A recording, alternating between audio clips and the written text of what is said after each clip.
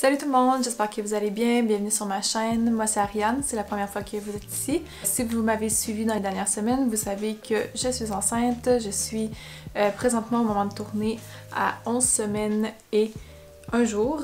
C'est pour ça aussi que je manque de souffle en disant une seule phrase, c'est un des symptômes un peu ridicules de la grossesse.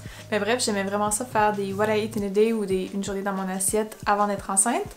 Donc je me suis dit pourquoi pas continuer. Ça peut être vraiment tricky de savoir quoi manger dans le premier trimestre, en ce sens que c'est tout simplement difficile de manger à cause des nausées. On appelle ça les morning sickness, les nausées matinales, mais c'est des nausées qui durent toute la journée. Donc c'est ça, je vous avouerai que la journée que j'ai su que j'étais enceinte, je me suis dit oh mon dieu, je me voyais déjà manger les choses les plus santé, les plus saines au monde.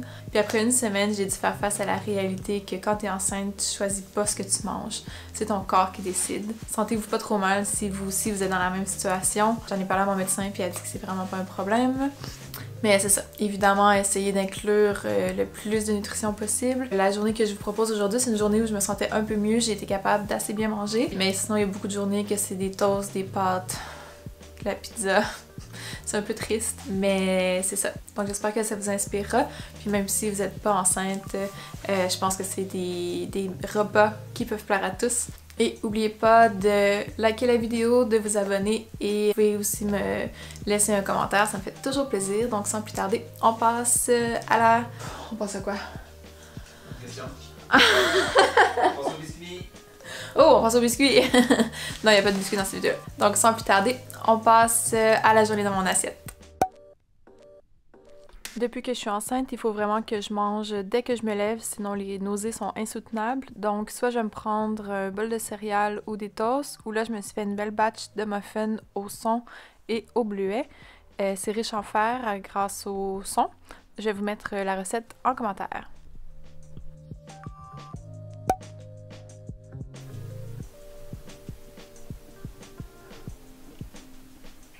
Dans une vidéo précédente, je vous avais parlé de Guibana quand ils m'avaient envoyé des oranges de la Grèce. Mais là, cette fois-ci, ils m'ont envoyé une gigantesque caisse de bananes de la République dominicaine. Elles sont bio et fair trade. Je vais vous mettre les détails dans la barre d'infos. Et je me suis fait un smoothie avec des fraises. Normalement, j'aurais mis vraiment plus de fraises, mais c'était à la fin du paquet. Des bleuets.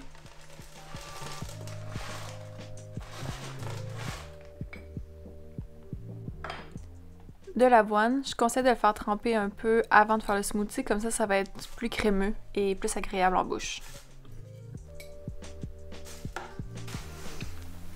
Comme dans tous mes smoothies, j'ajoute aussi des graines de lin pour les oméga 3 et les fibres.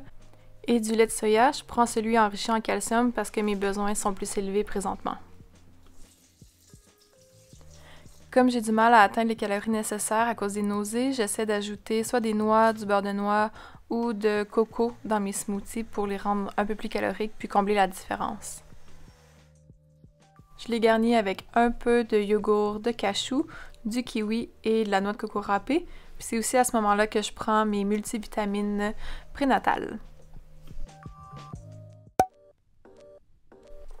Ces temps-ci, j'aime vraiment beaucoup manger des lentilles rouges, donc on a eu l'idée de se faire une soupe turque aux lentilles rouges. C'est quelque chose qu'on mange souvent quand on va au restaurant turc, il y en a beaucoup en Allemagne.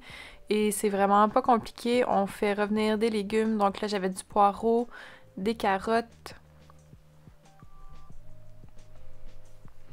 J'ajoute un petit peu d'huile parce que mon chaudron a tendance à coller avant d'ajouter mon ail.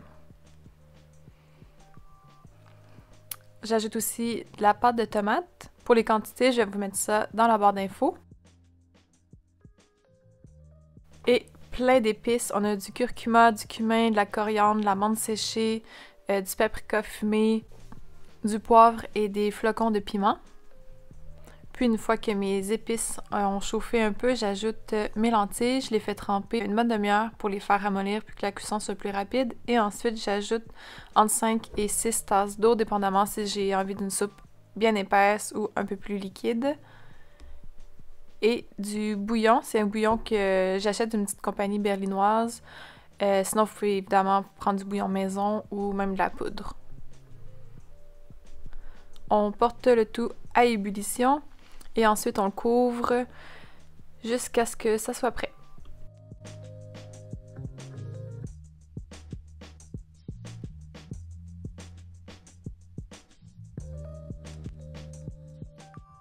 Pour que la soupe soit authentique, c'est impératif de la servir avec beaucoup de jus de citron frais.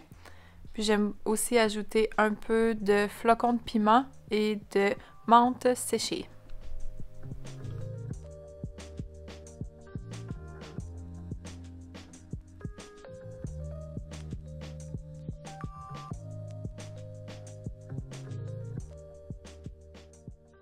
Ce qui est parfait, c'est que ça fait environ 6 portions. Donc, comme j'ai pas beaucoup de motivation ces temps-ci pour cuisiner, ça me fait des repas pour les jours à venir. Vous remarquerez qu'il y a beaucoup de snacks, c'est les joies d'être enceinte. Cette fois-ci, on s'est pris des craquelins bien complets avec du fromage de cachou du commerce. Et on s'est pris aussi un petit peu de concombre. Et un de mes trucs pour les nausées, c'est de mélanger du jus, soit orange ou une autre sorte, avec de l'eau. Puis je traîne ça avec moi partout dans l'appart, puis ça m'aide vraiment beaucoup à pas avoir trop de nausées.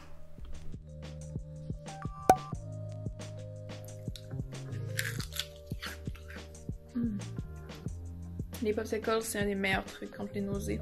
C'est ma soeur qui m'a donné ce truc-là. Je me prends un petit Monsieur Freeze quand j'en ressens le besoin, puis pour vrai, ça m'aide vraiment beaucoup. Pour souper, on s'est fait des pâtes sauce Alfredo de chou-fleur. C'est une recette qui est sur mon blog. Je vais aussi vous la mettre dans la description. Puis c'est super simple. C'est du chou-fleur, de l'oignon et de l'ail. Normalement, on n'a pas besoin de couper l'oignon et l'ail, mais Martin avait comme mal compris les consignes, donc il avait commencé à tout émincer. Mais c'est vraiment pas nécessaire. Puis pendant que ça cuit, j'ai fait cuire mes pâtes. Normalement, j'ajoute mes pâtes dans mon eau de cuisson des légumes une fois que la cuisson est finie, mais là j'avais trop faim donc j'ai tout fait cuire en même temps.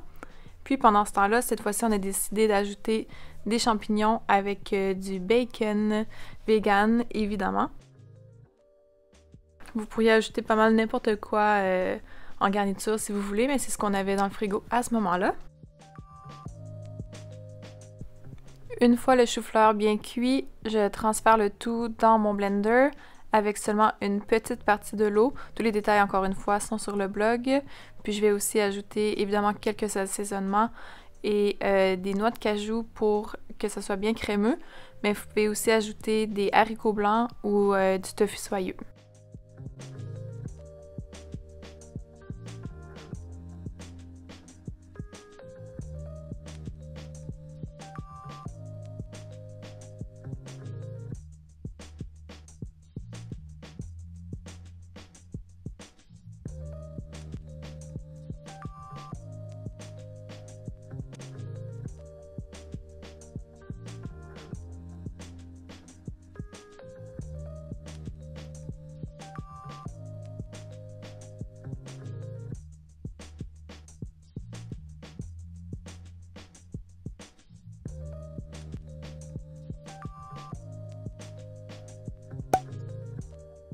Finalement, il faut aussi que je mange quelque chose juste avant de me coucher, sinon je dois me lever la nuit pour manger. Ces temps-ci, j'aime beaucoup ces céréales-là qui sont au riz et au quinoa avec du lait de soya.